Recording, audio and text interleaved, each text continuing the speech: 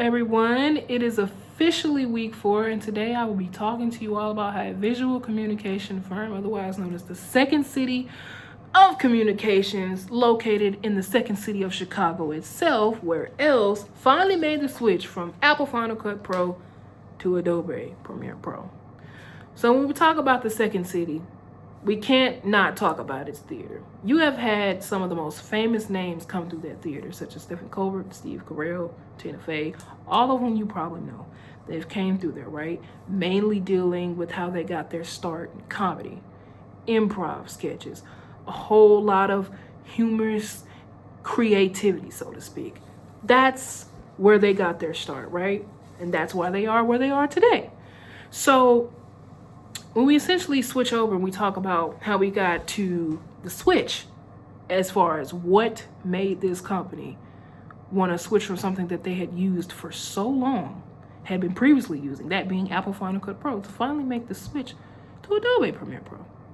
Well, I'll tell you, this guy named Gregory Move had a vision, had a knowledge of something in his mind, and he brought it over to the Second City of Communications, where he had both the knowledge of Apple Final Cut Pro and Adobe Premiere Pro. And what he essentially did was, again, he brought it over.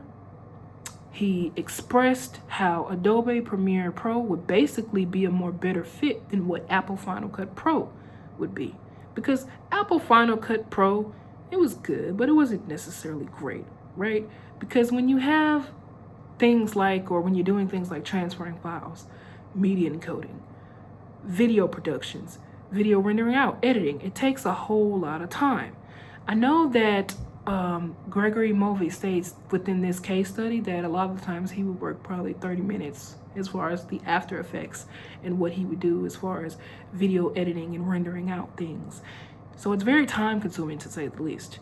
So when he had a knowledge of Adobe Premiere Pro, he thought, why not bring it over to Second City of Communications?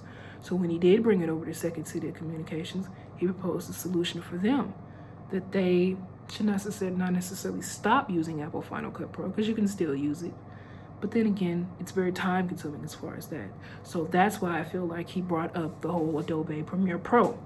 So when he did explain to them that basically Adobe Premiere Pro would be more efficient than what Apple Final Cut Pro was using, and how they were time consuming and took forever to do all these things regarding production, when you bring that over, you propose a solution like that, and then everybody follows through with it.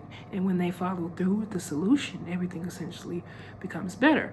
So when he brought that over and he proposed a solution that Adobe Premiere Pro was the way to go, it did get better for the Second City of Communications company after that, because when you're doing things like transferring files, again, all this stuff, everything bigger than life production, it takes a whole lot of time. Greg was like, Adobe doesn't do that. Again, he had knowledge of this stuff. So when he brought it over to the Second City of Communications, he essentially said that it worked better, was more efficient, less time consuming, did better projects pretty much, produced better projects, allowed more creativity to flow, allowed the work to be more efficient, more smooth, and not as complex as it probably was with Apple Final Cut Pro.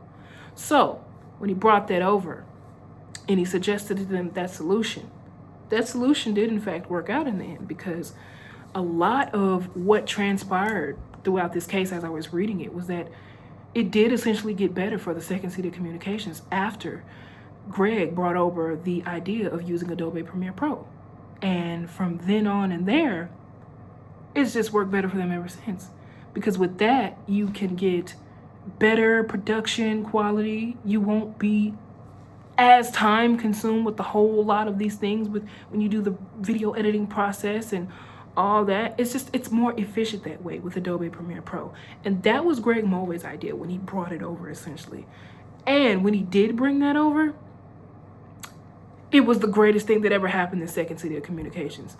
And one thing that he specifically says, because I'm looking on my note card here, Move stated from past experience, I would have to do a project like this, After Effects, but being able to do it in real time with no rendering in Adobe Premiere Pro made editing much more faster and enabled more creative choices to be made. So you see, with that switch to Adobe Premiere Pro, it affected Second City Communications very greatly. And another thing that he stated here was the company adopted Adobe to accelerate its production processes using Adobe Premiere Pro and After Effects to integrate workflows and deliver higher quality process faster. And as a result of that, that's what Second Communications got. They got faster communication, they got faster production, they got more creativity. They didn't get stuff that was boring. They got more creative, more productive in their process. They got better workflow overall. So when you think of that, think of how that's why they made the switch.